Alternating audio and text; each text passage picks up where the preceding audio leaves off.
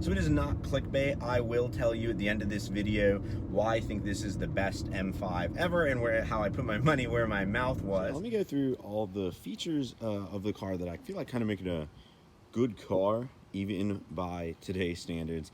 And then also we'll count the M badges on the way because there's quite a few of them. Anyway, let's get started, shall we? Eventful part of this car, you can't even really tell it's an M car because a lot of the 540s have the larger air dam down there as well. And I see a lot of people put the little M logos on the grills there, which I think is kind of cool. For its time, it was advanced because it had xenon headlights, which in 2000 was pretty advanced. Coming under the hood here, there we go.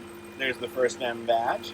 What's kind of interesting is it's not a whole lot that's interesting to look at from here down, from this part down. It looks very similar to the 540 engine from this period because it is just a bored out version of that. As you can see, this is clean for 100,000 miles. One of the only kind of weird things about the engine is there's that washer fluid tank, the first one, and then there's that one for the actual washer fluid, the cleaner. Not too many cars separate it. I've seen very few that do that, especially today. So that was pretty interesting. The kind of cool features from the side here is these mirrors. Common back in 2000, they are now, but not as much then. Let me show you why.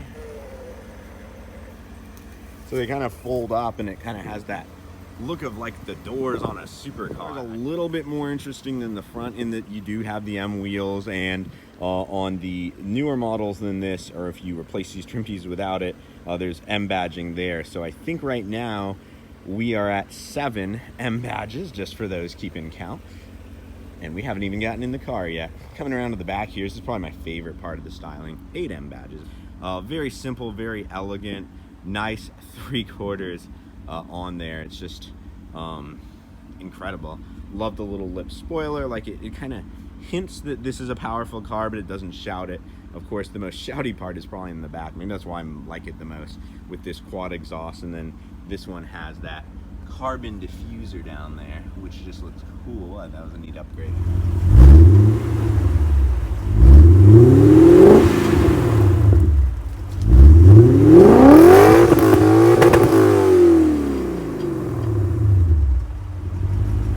Let's check out the trunk. Nav system and a CD changer, which is cool. Very kind of advanced for the time down there, so that's pretty neat. Not too much else to talk about besides a big sedan trunk, but what I thought was kind of cool was when you lift the battery, sure enough, there is another one of those M badges. It's just the standard BMW battery. What's kind of neat though is because there's no spare tire here, there is this extra space here for some like tools or storage or whatever. And then of course, because so many M owners do operate on their own cars, there is this little toolkit here. Last but not least, this is, I don't think newer BMWs do this, but they show you how to stow your golf bags. Here's how you'll fit 3 across the back. And then there's a little diagram from the side saying, this is how you fit 3 golf bags in your super sedan. Another nice little touch. These are little gloves, so while you work on the car, you will stay clean and fresh. Going around to the interior, it's actually not just a nice place, but I'll also show you some of the more interesting things about it as we go. So let's just get started right away because there's quite a bit. Back then, having a tweeter and a mid-range speaker back there was pretty advanced. This was a very high-end sound system for its day. It had like 13 speakers, which back then was pretty crazy. We'll talk more about that when we go through the MMI. But just, yeah, nice interior, you know. I like this brushed kind of metal trim. In a way, this is becoming popular now, so it's ahead of its time. I believe some of these also had carbon fiber on them. And then, of course, just like leather here on the doors, stitched leather. It almost had like a 7 Series interior. Also had airbags in the doors, head airbags. Also, when you adjust this seat, this goes up and down automatically. So for a tall person, the belt's going to be higher when the seat's back, and vice versa. That is pretty neat. Another nice thing is when you put the sunroof up for a little ventilation, it automatically recedes it a little bit, just to give you a little space. Some of the other cars now have the little vents built in. This one chose to do it a different way. It had home link, which for the time was pretty advanced. It had an auto dimming mirror as well. Coming down here, the gauges. It's really cool how as the car warms up, this little line here does move over, so your red line essentially gets progressively and progressively higher, so you won't hurt anything. I thought that was pretty cool. We're going to count that as another M badge. And of course on the steering wheel there's also a M badge there. I do like this cross stitching with the M colors in the steering wheel. That is just so cool. It's kind of neat. Not all newer BMWs have this, but I love when they do, because say you're having to run like the defroster, but it happens to be like a warm, muggy day, you can still have cold air blowing out of these vents, or vice versa. For some reason your main system is low, but you want a little heat in your face to kind of like warm you up or whatnot. You can do that. Wish all cars had that. Such a great feature. There is the onboard computer, which was pretty advanced for the day, things like that. Also, there is a DSP, which makes it pretty advanced for a stereo. You can even like put an echo effect, change your room size. Auxiliary ventilation, I wish all cars had this as well. So if you know every afternoon you come back to the car at 5 o'clock from work and want to run some auxiliary ventilation, you can set that. In addition to another cool BMW feature, which is called the rest mode. If the engine's hot on a cold day, it'll blow the hot air into the car after you turn it off, which is neat. Also automatic recirculation, so when it detected it needed to recirculate, it would do so automatically. That was pretty advanced back in the day. This sport button, which we'll talk more about in the drive review, is awesome. Rear sunshades, heated seats, and of course stability control. One cigarette lighter on the entire car, which I thought was interesting. Obviously this is one thing that dates it because it's a 2000s car. No, USB chargers, but there are little adapters that can give you like 2 USB off this, or you can run like a device that has a power plug. So there's ways around that. A lot of the newer radar detectors even have a USB cord. You can order it with a cord charger in there. But yeah, just coming down, this is a nice place to spend time, to be sure. Of course, there's another M logo as we're going. Yeah, so see how that lights up the M badge at night? And of course, the classic BMW red gauge, ashtray, nothing too crazy there. Again, more of this aluminum trim. This was rather interesting, I thought. It slides back and forth, which is nice so you can get comfortable. This would have been for a car phone. Really the only storage in there outside of this area here, and of course the glove box. Look at this, they even have baby cup holders, which are to say the least not very functional, but they'll hold like a little drink. Just can't be very tall, otherwise it'll tip over there. But they did give you cup holders, so kudos to them on that.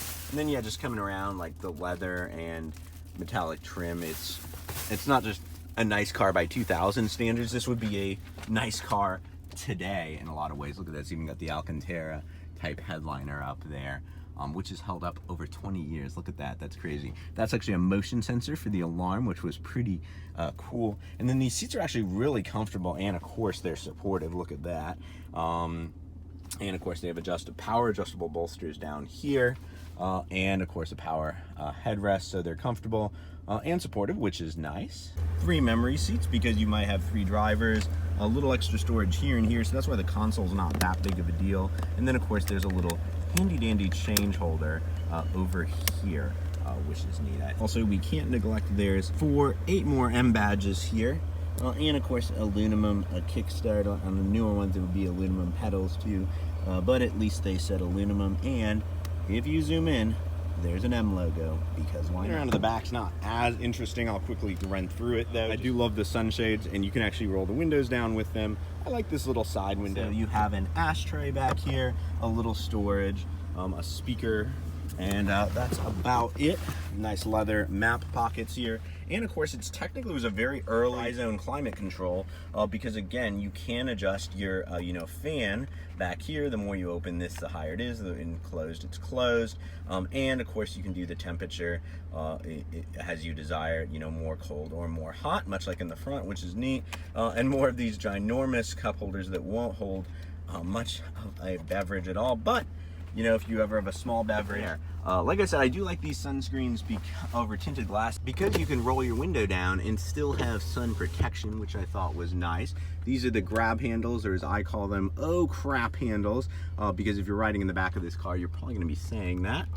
Nice reading lights there. Nice back seats as well. Back here is, I like this little window back here, and you can even remove your sunshade if you want to say, hey, I'm riding in the back of an M5. Do you have any diapers? I say that as being in the back of this car is crazy scary, especially when it's being driven hard. You've seen the Sabine Schmidt Nuremberg taxi videos, and the people in the back or in the passenger seat are always, you're like, ah! Just because of these M cars are just so crazy. Would I buy this car with my own money, which I know is a lot of times why people watch to the end. I will be talking about that with this car, but at the end, in a very unique way, I answer that question on this car a little bit differently than I have in the past. All right, so we are part of the drive review. What I think is most interesting about this car is when you don't have that sport button engaged, it more or less feels like a 5 Series luxury sedan in that it's comfortable, it's smooth, it's relaxing, and all of that, which is what I love about super sedans. You get a luxury car and you get something that can keep up with supercars in the same package. Which is just incredible. Let's buckle up for safety. We've counted the M badges. Let's see what all those M badges actually did to the car. I do like the transmission on this guy. You know, the gear shifter itself is a little notchy, but it's a good transmission overall. Clutch is definitely harder. A couple of differences between a modern car, if you go out and test drive one of these and are thinking about buying one, is the transmission is definitely, you know, they've changed a little bit. Even manual transmissions in 20 years, you can't really get them anymore. But, you know, the clutch is a little tricky. And the brakes, there's a little bit of more initial give before the brakes start to grip, because now all cars have like panic stop and things like that, and it's more of an electronic thing, whereas this is a pure hydraulic system. So yeah, saying that, I mean, the steering on this car, it's a lot like my Porsche 911 Turbo, which mine was one of the last models that didn't have the electric system. So it is not clickbait. I will tell you at the end of this video why I think this is the best M5 ever, and how I put my money where my mouth was. All right, we got it in sport mode now because we talked about how it's a competent luxury car. Sounds so good.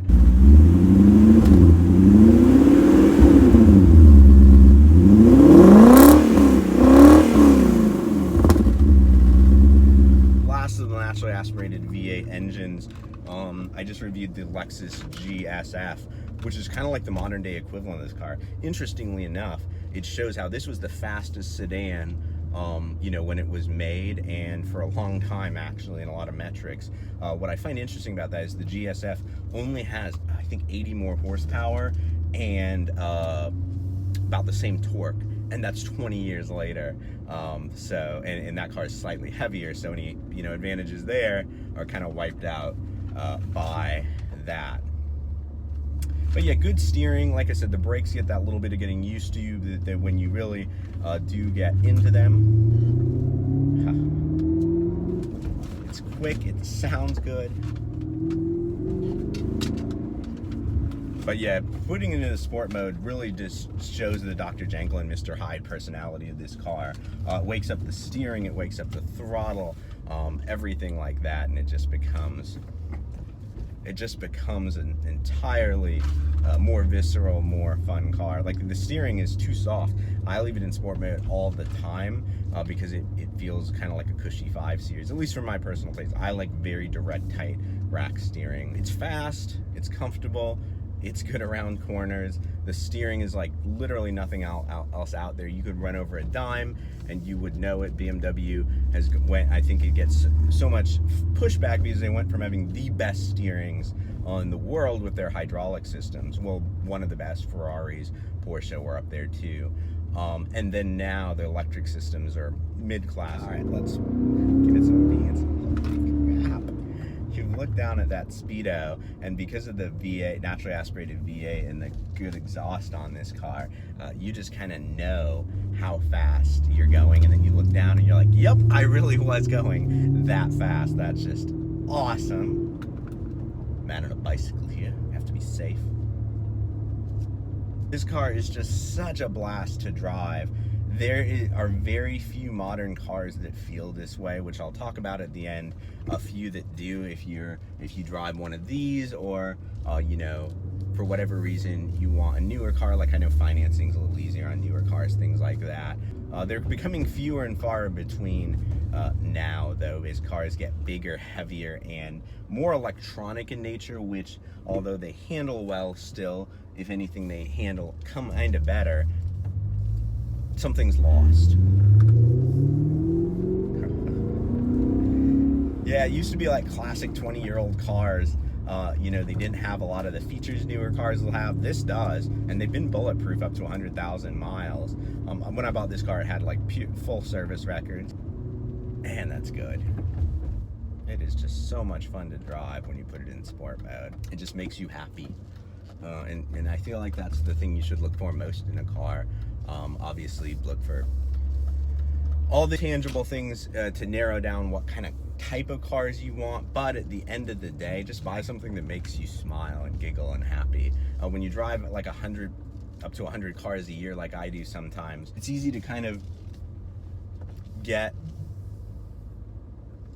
where they all meld together, but you never forget the cars that made you smile. Like, think back to, you know, like the first maybe car you drove, the first fast car you drove. Like, those are experiences you remember, and then this is that kind of car. While I'm wearing this hat, there's really only a couple of new cars that remind me of this car, in that the Giulia has a very mechanical feel, but it's still not exactly the same because it's a turbocharged engine and a 6 turbocharged versus an A. The GSF is going to be the closest new car. If you look at these and say, you know, I'd rather have something newer, weirdly enough, very similar to this car. I think it benchmarks better against this than it would a newer one. Which leads me to what you've all been waiting for, which is why I think this is the best M5 ever, and how I put my money where my mouth was. My subscribers probably know the second part of that.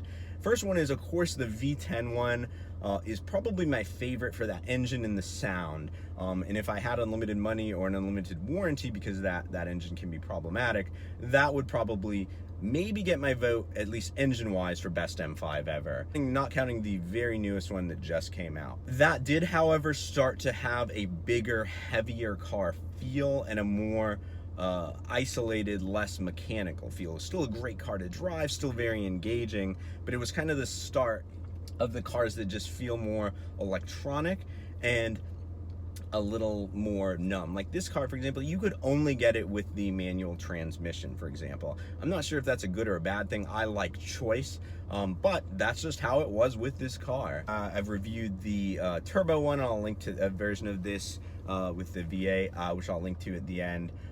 That was an incredible car, but at the end of the day, it didn't quite make me smile and giggle the way this car does. And although the V10 went in a straight line, was just like, wow, it was like basically this car with a supercharger. Outside of the straight lines, it was very competent through turns, but it just didn't have that small, nimble, tight feel to it.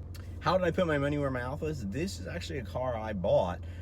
You know, it was at the time, there's a video where I bought the cheapest low miles M5 in the nation, which was putting it, you know, around 100,000 miles, because most are much, much higher than that. And then the ones that are below that, you're spending 2 to 3 times, almost twice as much on, I noticed. And if you take that twice as much money and put it aside for any little repairs that might come up on one with, say, 100,000 miles versus 50, that just made more sense to me. As much as I love this car, though, I do have a Tesla on order, which is going to be my sedan going forward. So this car is going to be going on the market.